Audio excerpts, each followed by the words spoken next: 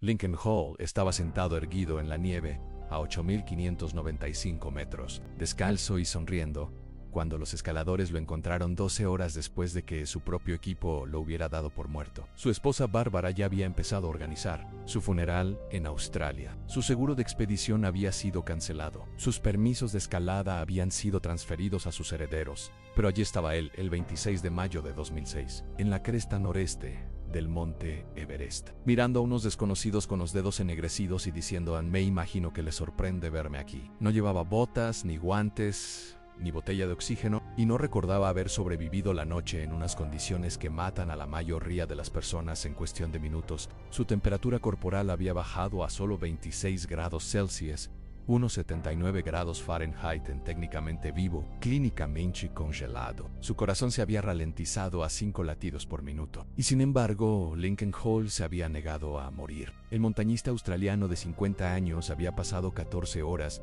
solo en la zona de la muerte, donde el cuerpo humano literalmente empieza a consumirse a sí mismo para mantenerse vivo. La temperatura era de menos 47 grados, con vientos de 113 kilómetros por hora. La sensación térmica efectiva era de menos 68 grados. A esas temperaturas, la piel expuesta se congela por completo en menos de 5 minutos. Hall había estado sentado a la intemperie durante 12 horas sin refugio, sin fuente de calor y sin protección contra el viento. Su equipo le había tomado el pulso, no encontró nada y se fue, creyendo que era un cadáver congelado. Pero el cuerpo de Hall había realizado un milagro médico que los doctores todavía no pueden explicar del todo. Esta es la historia de la única persona en la historia del Everest que fue dada por muerta y vivió para contarlo. Pero su supervivencia destruiría a su familia, lo arruinaría económicamente y finalmente lo mataría 6 años después. La montaña le había devuelto la vida, pero también había iniciado el lento proceso de quitárselo todo lo demás. Lincoln Hall tenía 50 años y era uno de los escaladores de gran altitud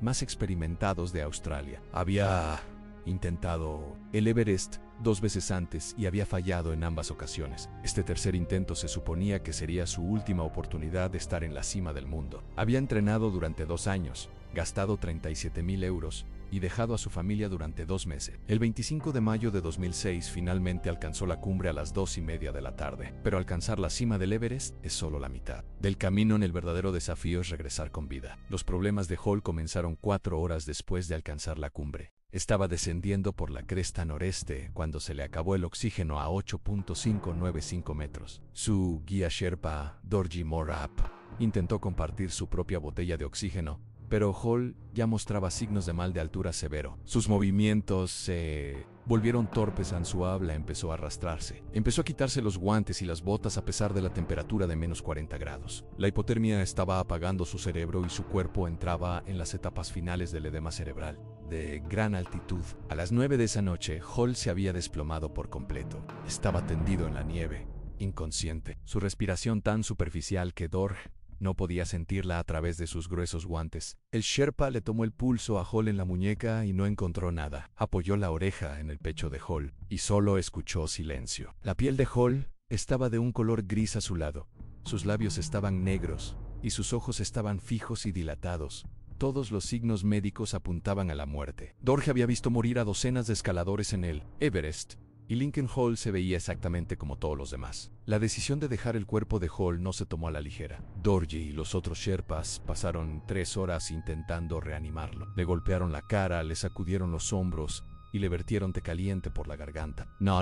Mientras tanto, la temperatura bajaba a menos 45 grados y el viento aumentaba a 97 kilómetros por hora. Los Sherpas estaban quedando sin oxígeno, sus linternas frontales fallaban y la congelación se extendía por sus dedos de manos y pies. Tuvieron que elegir entre salvarse a sí mismos o quedarse con lo que creían que era un cadáver. A medianoche, Dorje hizo la llamada por radio que destruiría el mundo de Bárbara Hall. Lincoln se ha ido, le dijo al coordinador del campamento. Basea, no pudimos salvarlo.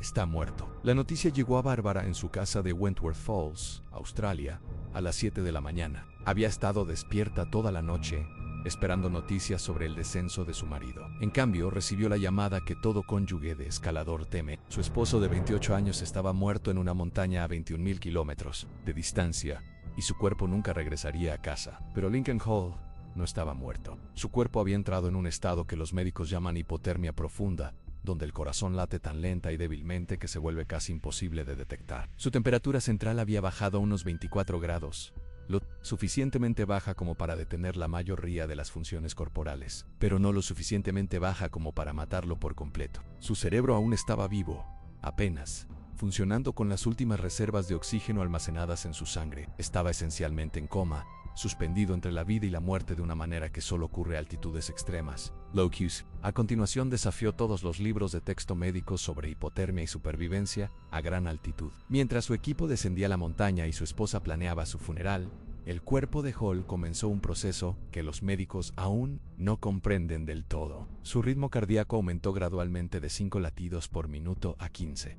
Su respiración se volvió más profunda y regular. Su temperatura central comenzó a subir grado, impulsada por procesos metabólicos que deberían haberse detenido horas antes. Al amanecer, estaba consciente de nuevo, aunque no recordaba nada de la noche anterior. Dan Mazer encontró a Hall a las 7:30 de la mañana siguiente, durante su propio intento de cumbre. Mazer lideraba un equipo de 3 escaladores por la cresta noreste cuando vieron lo que parecía un cuerpo sentado en la nieve. Se acercaron con cautela, esperando encontrar otro cadáver congelado para añadir a la sombría colección del Everest. En cambio, encontraron a un hombre que estaba muy vivo, aunque claramente en serios problemas. Hall estaba sentado con las piernas cruzadas en la nieve, con la chaqueta abierta, sin botas, con las manos ennegrecidas por la congelación. Miró a Mazer y dijo: imagino que le sorprende verme aquí. Hall no recordaba nada de la noche anterior, no sabía dónde estaba, qué día era, ni cómo había llegado allí. Pensó que todavía estaba escalando hacia la cumbre, no descendiendo de ella. Se había quitado las botas y los guantes durante la noche, un signo común de hipotermia severa llamado desvestimiento paradójico,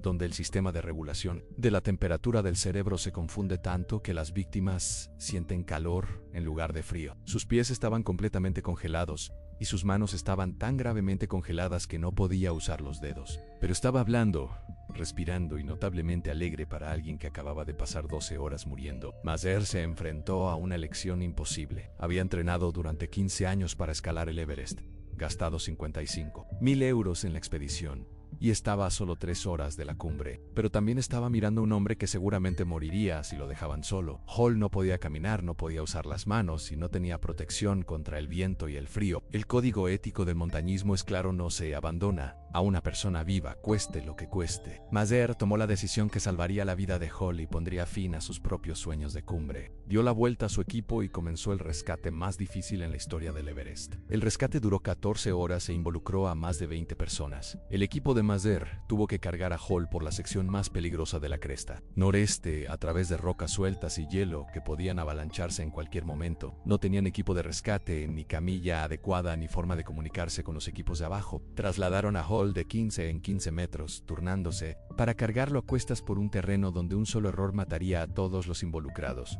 Hall entraba y salía de la conciencia, a veces ayudando con el rescate, a veces luchando contra él, su cerebro demasiado dañado para comprender lo que estaba sucediendo. La parte más peligrosa del rescate ocurrió en el primer escalón, una pared de roca vertical a 8.534 metros. El equipo tuvo que bajar a Hall por un acantilado de 12 metros usando cuerdas de escalada, sin margen de error. Si las cuerdas fallaban o si Hall caía, se precipitaría a 610 metros por la cara norte del Everest. El equipo de rescate estaba tan exhausto que apenas podía mantenerse en pie, y mucho menos manejar el complejo trabajo de cuerdas necesario para bajar a un hombre inconsciente por un acantilado. Habían estado por encima de los 8.534 metros durante más de 18 horas, mucho más de lo que cualquier cuerpo humano está diseñado para sobrevivir. Cuando llegaron al campamento de altura a 7.62 metros, Hall apenas seguía con vida. El esfuerzo del rescate había agotado la poca energía que le quedaba a su cuerpo. Su pulso era débil, su respiración superficial y su temperatura central bajaba rápidamente. El médico del campamento, a quien se le había avisado por radio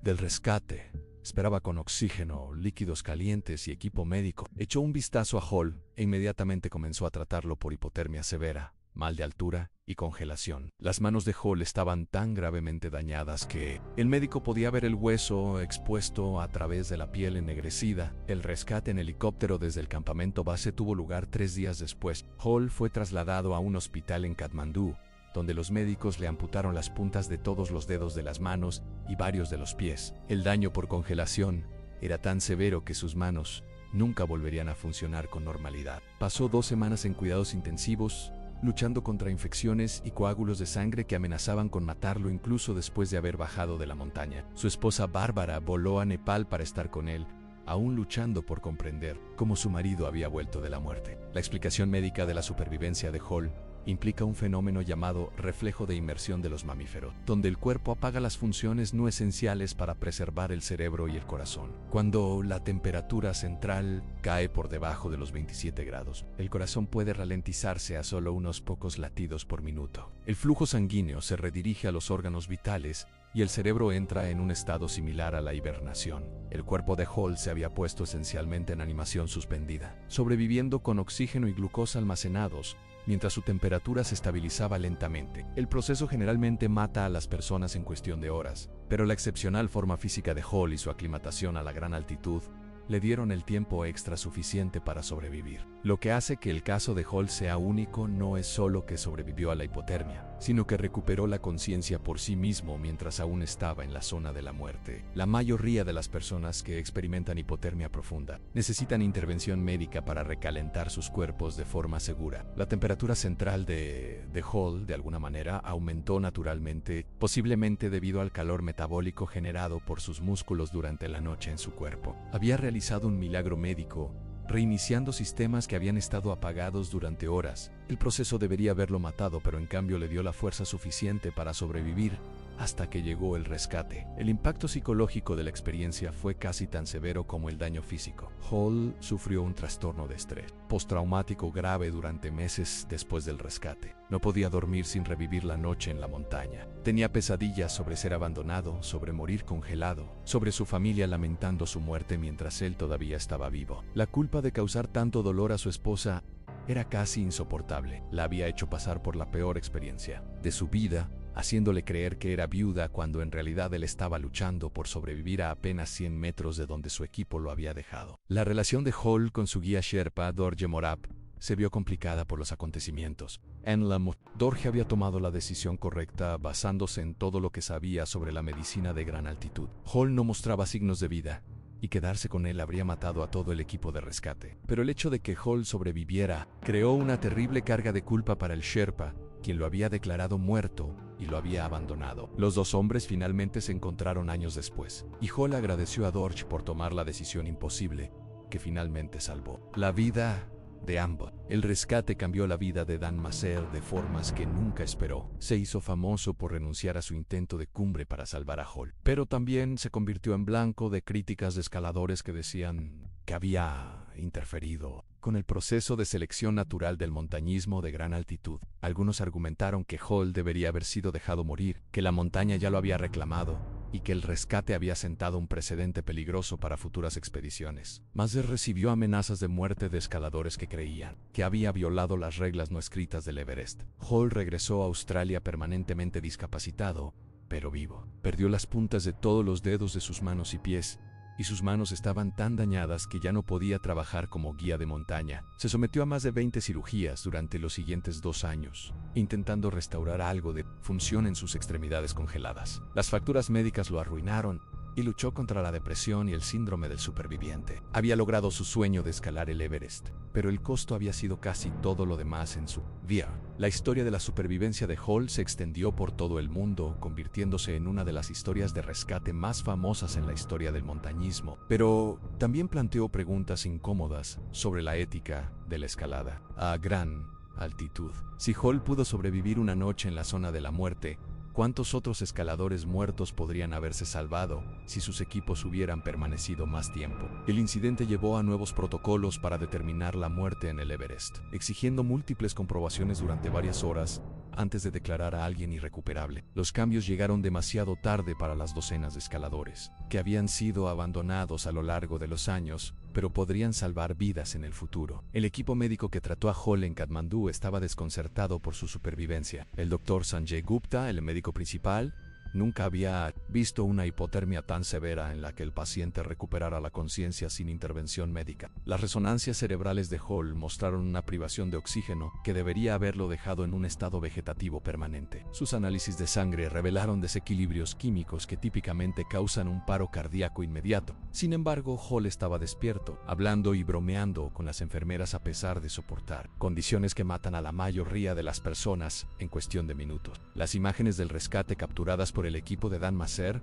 muestran lo cerca que estuvo Hall de morir durante el descenso. En el video, Hall entra y sale de la conciencia, su cabeza se balancea hacia atrás mientras el equipo lo baja por la montaña. En el momento, deja de respirar por completo durante casi 3 minutos. El equipo de rescate realiza RCP a 8.23 metros, una tarea casi imposible en el aire enrarecido. Cuando Hall finalmente comienza a respirar de nuevo, abre los ojos y pregunta dónde están sus botas, sin recordar que su corazón se había detenido. El daño por congelación de Hall era tan severo que los médicos inicialmente planearon amputarle ambas manos y pies. El tejido estaba completamente negro, sin flujo sanguíneo detectable por debajo de sus muñecas y tobillos. Pero, a lo largo de varios días, la circulación regresó lentamente a partes de sus manos y pies. Los médicos se asombraron al ver que el tejido muerto se volvía rosado y comenzaba a curarse. El cuerpo de Hall estaba realizando otro milagro médico, regenerando vasos sanguíneos y conexiones nerviosas destruidas por el frío. El costo del rescate de Hall fue enorme. La evacuación en helicóptero costó 37.000 euros. El tratamiento médico en Katmandú costó 55.000 euros. Las cirugías de seguimiento y la rehabilitación en Australia costaron más de 185.000 euros en total. La compañía de seguros de Hall inicialmente se negó a pagar, argumentando que el montañismo no estaba cubierto. La batalla legal por los costos médicos duró 3 años y casi arruina a su familia. Los hijos de Hall lidiaron con las secuelas de formas inesperadas. Su hija Sara, de 15 años en ese momento, desarrolló una ansiedad severa por la seguridad de su padre. No podía dormir cuando él viajaba, convencida de que desaparecería de nuevo sin previo aviso. Su hijo Miguel, de 12, empezó a tener pesadillas con la montaña. Los niños habían experimentado la muerte y resurrección de su padre, y el impacto psicológico duró años. Hall nunca volvió a escalar. El daño físico por congelación le impidió agarrar las presas de escalada o sentir el pie en la roca, pero más allá de eso, el trauma psicológico de la experiencia había destruido su amor por las montañas. Había pasado toda su vida adulta escalando, guiando y enseñando a otros a amar el mundo vertical. La montaña le había dado todo, y luego se lo había quitado todo. Pasó sus años restantes escribiendo sobre su experiencia, tratando de ayudar a otros escaladores a comprender el verdadero costo de perseguir sueños en los lugares más peligrosos del mundo. La ironía final de la historia de Lincoln Hall es que su supervivencia casi lo mató. El proceso de rescate, el vuelo en helicóptero, el tratamiento médico y la larga recuperación ejercieron un enorme estrés sobre un cuerpo que ya estaba dañado sin posibilidad de reparación. Murió en 2012, 6 años después de su resurrección en el Everest, por complicaciones relacionadas con sus lesiones de gran altitud. Su corazón, que se había negado a dejar de latir en la zona de la muerte, finalmente se rindió en una cama de hospital en Sydney. Tenía 56 años y había pasado cada día desde el Everest viviendo con las consecuencias de esas 12 horas en las que se suponía que estaba muerto. Su esposa Bárbara dijo que Lincoln murió 2 veces en el Everest. La primera vez fue cuando la hipotermia detuvo su corazón en la cresta noreste. La segunda vez fue cuando la montaña comenzó el lento proceso de matar lo que tardaría 6 años en completarse. Pero entre esas 2 muertes, había vivido una vida imposible. Según todos los libros de texto médicos jamás escritos, había vuelto de entre los muertos a 8.595 metros. Se había sentado en la nieve y había sonreído a unos desconocidos que pensaban que estaban mirando a un fantasma. Durante 12 horas, Lincoln Hall había sido la única persona viva en la historia del mundo que había sido declarada muerta en el monte Everest y había vivido para contarlo.